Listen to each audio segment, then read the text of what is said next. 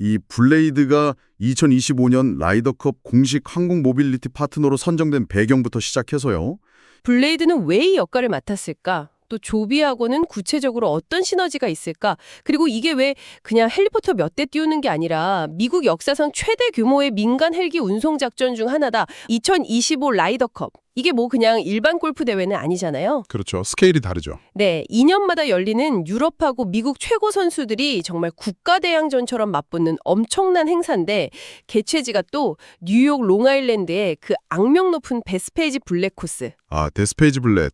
어렵기로 소문난 곳이죠. 네, 근데 여기가 원래 교통이 썩 좋지가 않아요. 맞아요. 접근성이 좀 떨어지죠.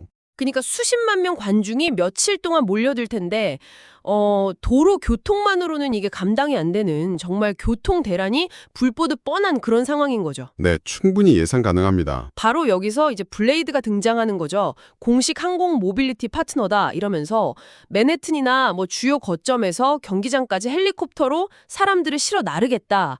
근데 이게 그냥 근처 공항에 내려주고 끝 이게 아니라 아예 경기장 안에 임시 버티포트, 그러니까 수직 이착륙장을 만들어서 거의 뭐 문 앞에서 문 앞까지 이렇게 직접 연결하겠다는 계획이에요. 상당히 야심찬 계획이죠. 생각만 해도 편리할 것 같긴 한데요. 그렇습니다. 여기서 이제 주목해야 할 부분이 블레이드가 스스로 보도자료에서 쓴 표현인데요. 미국 역사상 가장 큰 규모의 다일간 민간 헬리콥터 이동작전 중 하나가 될 것이다. 이 문구요. 이게 그냥 뭐 홍보 문구, 수사적인 표현 이런 게 아니라는 겁니다. 아, 그냥 하는 말이 아니다. 네, 단순히 뭐 VIP 몇 명, 부자들 태우는 그런 프리미엄 서비스를 넘어서는 이야기죠. 말 그대로 수백 편, 어쩌면 정말 수천 편에 달하는 헬리콥터 운항을 며칠 동안 아주 집중적으로 상업적으로 수행하겠다 이런 선언인 거예요. 이건 정말 미국 민간 항공 역사에서도 찾아보기 힘든 그런 대규모 항공 운송 능력을 실제로 보여주고 검증하는 엄청난 규모의 실증 무대다 이렇게 봐야 합니다. 와, 역사상 최대 규모라는 말이 그냥 나온 게 아니군요. 무게감이 확 느껴지는데요. 그렇죠. 단순히 헬기로 편하게 오세요. 이게 아니라 우리는 이 정도 스케일의 복잡한 항공작전을 안전하고 효율적으로 운영할 능력이 있다. 이걸 전 세계에 보여주겠다는 겁니다.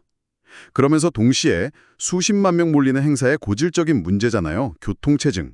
이걸 완화하는 실질적인 가치도 제공하고 또 미래 UAMC들을 대비해서 운영 노하우나 중요한 데이터들을 미리 쌓아두겠다는 거죠. 이야, 정말 단순한 스폰서십 계약이 아니라 블레이드에게는 회사의 모든 역량을 걸고 증명해야 하는 그런 절호의 기회다 이런 말씀이시네요. 그럼 블레이드 입장에서 이 파트너십이 가지는 전략적인 의미 이걸 좀 더 깊이 파고들어 볼까요? 뭐 단기적인 효과도 있겠지만 장기적으로는 어떤 큰 그림을 그리고 있는 걸까요? 네. 단기적으로 보면 당연히 직접적인 매출이 늘겠죠.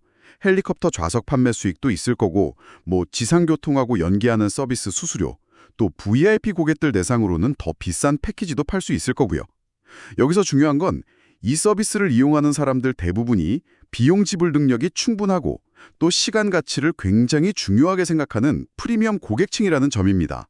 뭐 글로벌 기업 임원들이라든지 자산가들이 주 고객이 될 텐데요. 그렇죠. 아무래도 가격대가 좀 있을 테니까요. 네, 바로 이분들이 나중에 EV 그러니까 전기 수직 이착륙 항공기 서비스가 상용화됐을 때 가장 먼저 지갑을 열 가능성이 높은 핵심 초기 고객층, 즉 얼리 어답터가 될 가능성이 매우 높습니다. 블레이드 입장에서는 지금부터 이 고객들과 관계를 맺고 서비스 경험을 제공하면서 미래를 준비하는 거죠. 그런데 한편으로는 이런 생각도 들어요. 블레이드가 계속 미래 항공 모빌리티? 뭐 EVTOL 시대를 이야기하는 회사인데 지금 당장 이렇게 대규모로 헬리콥터 운영에 집중하는 모습이 어떻게 보면 좀 구식 기술에 의존하는 것처럼 보일 수도 있지 않을까요? 투자자들한테는 이게 어떤 메시지로 받아들여질까요? 아, 그거 아주 예리하고 중요한 질문입니다. 바로 그 지점에서 블레이드의 소위 브릿지 전략, 즉 다리 전략이 드러나는 건데요. 지금 헬리콥터를 쓰는 건 최종 목표가 아니라 진짜 목표인 미래의 EVTOL 시대로 넘어가기 위한 하나의 과정, 다리 역할이라는 겁니다. 아, 중간 단계다. 네, 그렇죠. 당장은 상용화된 EVTOL 기체가 없으니까 현재 쓸 수 있는 가장 최적의 수단인 헬리콥터를 이용해서 실제 운영 경험, 또 인프라, 예를 들면 버티포트 같은 거요. 그리고 예약 시스템, 고객 데이터, 그리고 무엇보다 중요한 실제 운항 노하우를 미리 쌓아두는 거죠. 이렇게 라이더컵 같은 아주 큰 규모의 이벤트를 성공적으로 치러내면서 얻게 되는 모든 자산들 있잖아요. 예를 들면 맨해튼에서 베스페이지까지 가는 최적의 항로가 뭔지, 승객들을 어떻게 효율적으로 관리하는지, 안전 규정은 어떻게 지키는지, 또 규제 당국하고는 어떻게 협력해야 하는지 이런 경험들이 전부 다요. 네네. 이런 것들이 나중에 조비 에비에이션 같은 파트너사의 eVTOL 기체가 FAA, 그러니까 미 연방항공청 인증을 받고 실제 투입될 때 거의 그대로 적용될 수 있다는 겁니다. 기체만 헬리콥터에서 eVTOL로 바꾸면 되는 거죠. 일종의 플러그 앤 플레이 방식으로 미래를 준비한다고 볼 수 있습니다. 와, 플러그 앤 플레이. 이해가 확 되네요. 그리고 아까 말씀하신 투자자들에게는요, 블레이드는 그냥 헬기 회사가 아니라 미래 UAM 시대를 위한 플랫폼과 인프라를 실제로 구축하고 운영하는 핵심 플레이어다라는 인식을 아주 강력하게 심어줄 수 있는 거죠. 실제 운영 능력을 보여주는 것만큼 확실한 메시지는 없으니까요. 더 나아가서는 대규모 이벤트 교통 솔루션의 리더라는 브랜드 이미지도 구축하고 앞으로 올림픽이나 월드컵 같은 더 큰 규모의 글로벌 이벤트로 사업을 확장할 때 아주 중요한 레퍼런스가 될 겁니다. 결국 지금 이렇게 대규모 헬리콥터 운영하는 게 미래를 위한 투자이자 동시에 실전 훈련인 셈이네요. 정말 수천 건에 달할 수도 있는 실제 운항 데이터들, 안전 기록이라든지 정시 이착륙 비율, 혹시 모를 악천 후에 어떻게 대응했는지, 승객들 만족도 피드백은 어땠는지 이런 것들이 차곡차곡 쌓이면 나중에 FAA 인증을 받거나 추가 투자를 받을 때 우리는 그냥 이론만 있는 게 아니라 실제로 이렇게 복잡한 환경에서 대규모 운영을 성공적으로 해본 경험이 있다는 정말 무엇과도 바꿀 수 없는 강력한 증거가 되겠군요. 정확합니다. 특히 항공 분야에서는 그 경험과 데이터가 정말 중요한 무형 자산이거든요. 그리고 이 모든 것들이 결국은 블레이드의 핵심 파트너인 조비 에비에이션, JOB와의 시너지로 이어지는 겁니다. 자료에서도 언급된 것처럼 이미 시장이나 투자자들은 블레이드와 조비를 따로 떼어서 보지 않아요.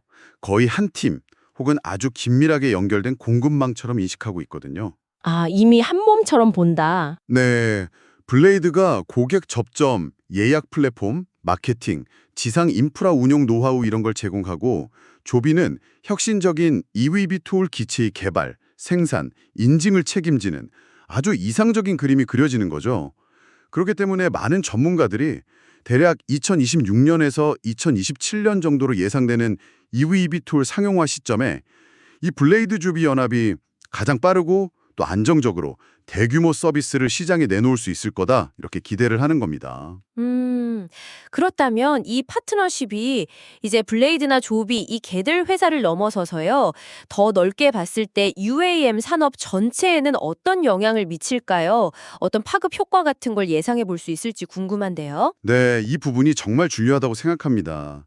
블레이드의 라이더컵 프로젝트는요, 단순히 그냥 한 회사의 성공 사례 이걸 넘어서 도심 항공 모빌리티, UAM이라는 개념 자체를 대중화시키고 현실로 앞당기는데 아주 중요한 촉매제 역할을 할 수 있습니다.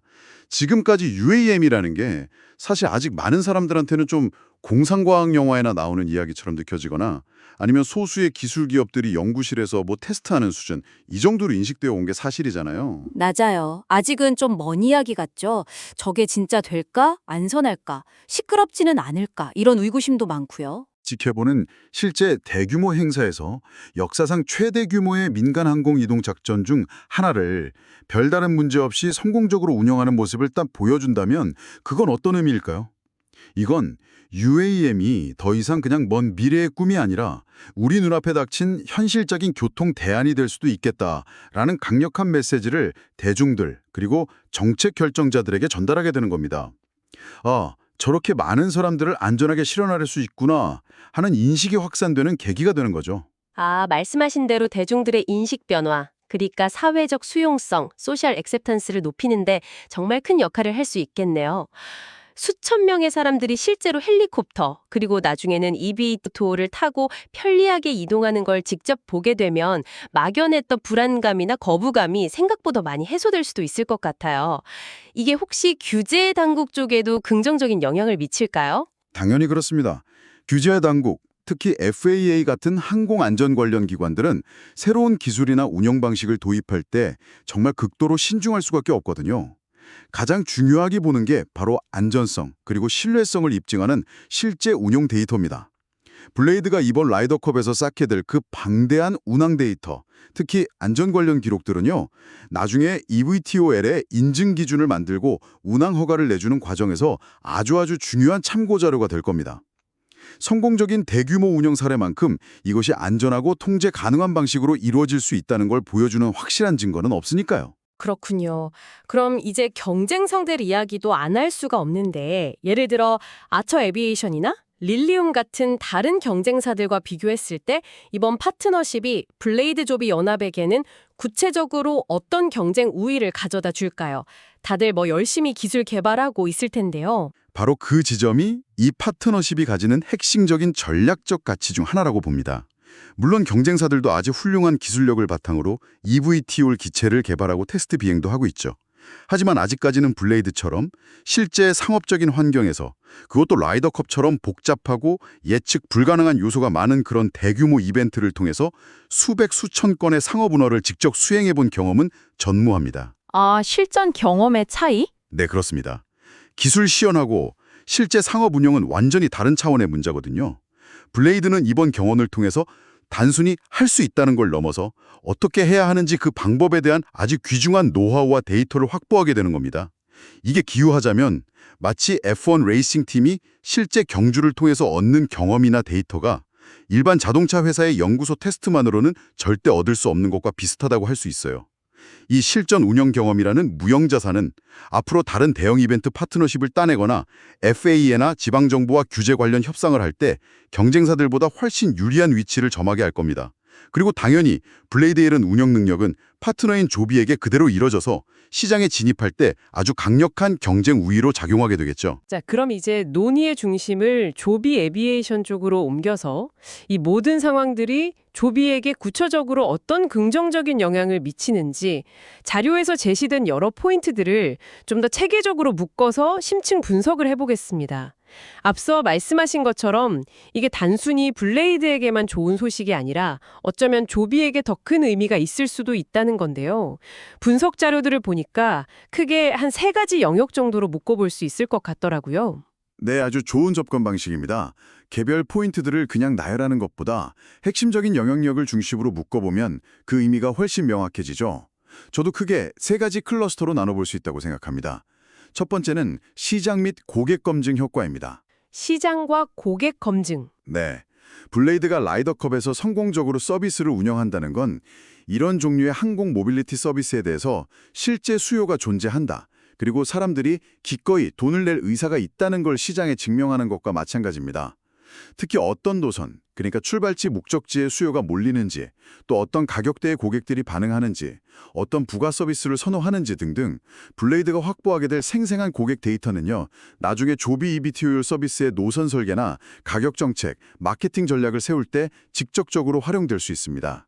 즉, 조비는 과연 사람들이 탈까 하는 이런 불확실성을 안고 시장에 뛰어드는 게 아니라 이미 검증된 수요와 고객층을 바탕으로 훨씬 더 정교하게 서비스를 설계하고 출시할 수 있게 되는 거죠.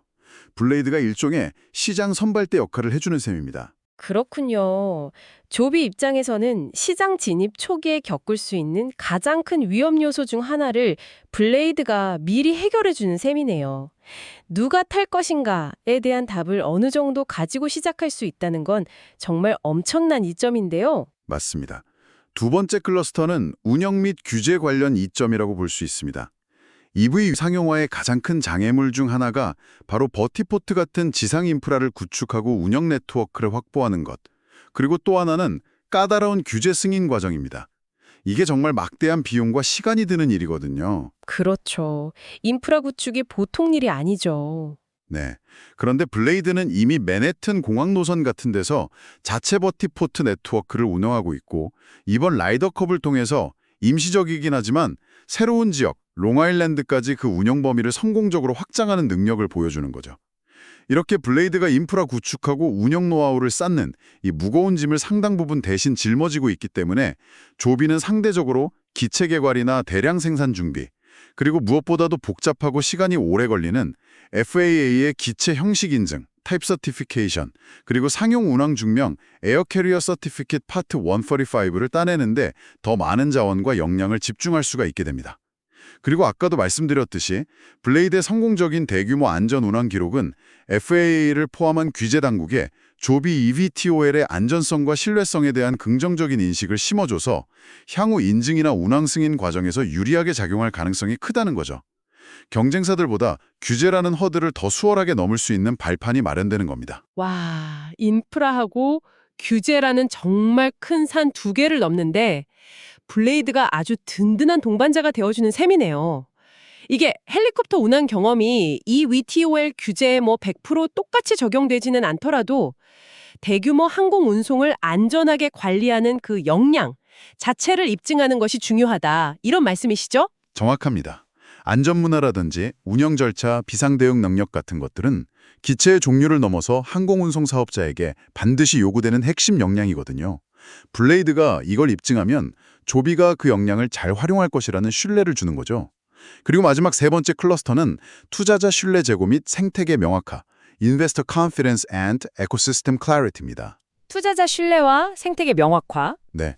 라이더컵 같은 세계적인 이벤트에서 블레이드가 성공적인 파트너십을 보여주면 이건 단순히 블레이드라는 회사뿐만 아니라 블레이드 조비연합 전체의 브랜드 가치와 신뢰도를 함께 높이는 효과로 이어집니다. 투자자들이나 잠재적인 파트너들은 블레이드의 검증된 운영 플랫폼 위에서 조비의 혁신적인 eVTOL이 날아다니는 그림을 훨씬 더 현실적이고 매력적으로 느끼게 될 겁니다. 이건 당연히 조비의 투자 유치나 기업 가치 평가에도 긍정적인 영향을 미칠 수밖에 없고요. 그 트위터 반응도 그런 맥락이군요. Maybe you aren't bullish enough? 아직 당신은 충분히 낙관적이지 않을 수 있다. 이게 그러니까 시장이 이 파트너십의 진짜 의미, 특히 조비에게 미칠 파급력을 아직 제대로 평가하지 못하고 있을 수도 있다는 뜻으로 해석될 수 있겠네요? 네, 바로 그렇습니다. 일부 시장 참여자들이 아직 이 파트너십의 중요성을 과소평가하고 있을 수 있다는 거죠. 블레이드는 상장 회사이고 조비와 지분 관계도 좀 얽혀있기 때문에 블레이드의 성공은 재무적으로도 조비에게 긍정적인 영향을 주기도 합니다. 하지만 더 중요한 것은 이 파트너십이 플랫폼, 블레이드, 플러스 기체 제조사, 조비가 이렇게 수직적으로 통합된 강력한 UAM 생태계 모델을 시장에 아주 명확하게 각인시킨다는 점입니다. 과연 UAM이 진짜 돈이 될까 하는 의구심에 대해서 이들은 우리는 이렇게 완성된 솔루션으로 시장을 공략할 준비가 되어 있다는 아주 강력한 메시지를 던지는 셈이죠. 와, 듣고 보니 정말 그렇네요. 투자자들 입장에서는 그냥 기술만 좋은 회사가 아니라 실제로 시장에 서비스를 내놓고 수익을 만들어낼 수 있는 그런 검증된 경로를 가진 팀으로 보게 되겠군요. 블레이드의 성공이 곧 조비의 성공 가능성을 높여주는 정말 강력한 시너지 구조라고 할 수 있겠습니다. 네, 그래서 종합적으로 결론을 내려보면 이렇습니다. 블레이드의 2025 라이더컵 파트너십은 겉으로 보기에는 블레이드의 성과처럼 보이지만 그 이면을 깊이 들여다보면 오히려 파트너인 조비 에비에이션에게 훨씬 더 큰 레버리지 효과, 우리말로 하면 지렛대 효과를 가져다 줄 수 있는 매우 중요한 전략적 사건이라는 겁니다.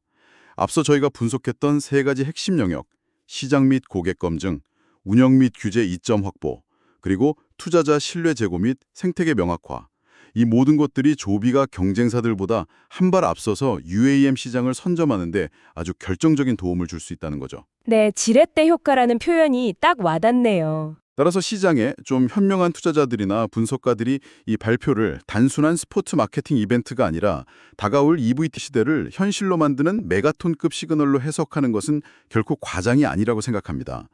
블레이드의 검증된 운영 능력과 조비의 혁신적인 기술력이 결합된 이 팀이 UAM 시장을 함께 개척하고 선도해 나갈 것이라는 강력한 기대감이 반영된 평가라고 할 수 있습니다. 비유하자면 아주 잘 훈련된 등반대가 한 명은 앞에서 길을 털어주고 다른 한 명은 뒤를 따르면서 함께 정상을 향해 나아가는 그런 그림이죠. 네, 정리를 하자면 이번 라이더컵 파트너십 발표는 그냥 뉴스 기사 한 줄이 아니라 미래 항공 모빌리티 시장의 실현 가능성을 시험하고 또 증명하는 아주 중요한 실증 무대이자 시험대다. 이렇게 정리할 수 있겠군요.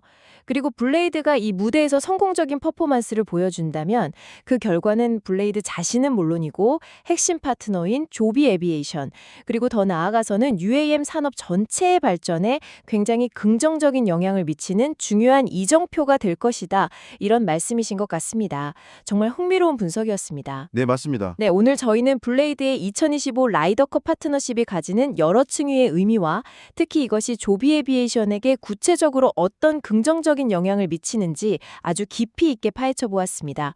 하나의 사건 이면에 숨겨진 복잡한 전력적 함의와 미래 시장의 가능성을 함께 엿볼 수 있는 시간이었습니다. 여기서 한 걸음 더 나아가서 청취자 여러분께서 스스로에게 한번 던져볼 만한 질문이 있다고 생각합니다. 블레이드의 라이더컵 사례처럼 만약 앞으로도 월드컵이나 올림픽 같은 이런 대규모 국제 이벤트를 중심으로 UAM 서비스가 성공적으로 실증되고 점차 확대된다면요. 과연 UAM은 얼마나 빠른 시간 안에 이런 이벤트성 교통수단을 넘어서서 우리 일상의 교통 시스템의 일부로 자리 잡을 수 있을까요? 그리고 그 과정에서 우리가 지금은 미처 예상하지 못하고 있는 또 다른 기술적인 혹은 사회적인, 경제적인 아니면 규제적인 도전과 기회는 무엇이 있을까요? 예를 들면 수많은 eVTOL이 도심 상공을 날아다니게 될 때 항공교통 관제 문제라든지 아니면 또 새로운 소음 문제 같은 것들이 있을 수 있겠죠. 이런 질문들에 대한 답을 계속해서 관심 있게 추적해 보시는 것도 미래를 읽는 아주 흥미로운 여정이 될 거라고 생각합니다. 예, 정말 생각해볼 만한 질문이네요. 오늘 저희가 준비한 이야기는 여기까지입니다. 제공해주신 귀한 자료 덕분에 미래교통의 한 단면을 정말 입체적으로 들여다볼 수 있었습니다. 다음에도 흥미로운 자료 분석으로 여러분을 찾아뵙겠습니다. 들어주셔서 감사합니다. 감사합니다.